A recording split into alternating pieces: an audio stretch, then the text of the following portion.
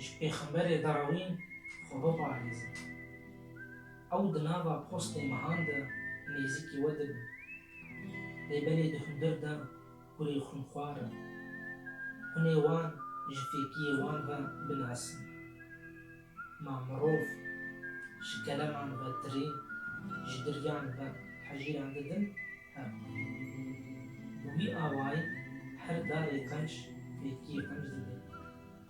Lêbelê darê riziyayî fêkiyê xerab dike. Dara qenc nikare fêkiyê xerab bike. Dara riziyayî jî nikare fêkiyê qenc bike. Her dara ku fêkiyê qenc nede tê dijîkirin û avêtin nav agirîn. Vî awayî hunê wan ji fêkiyê wan binasin. Her kesê ku ji min re bibêje ya Xuda, ya Xuda, nakevî ser rodiya ziman. Lê yê boviyana bavê min ezmana dike.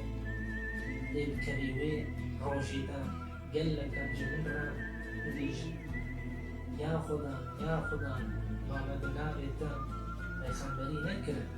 Ma me bi navê te cinan neqewirandin. Ma me bi navê gelek karê bi qudret nekirin.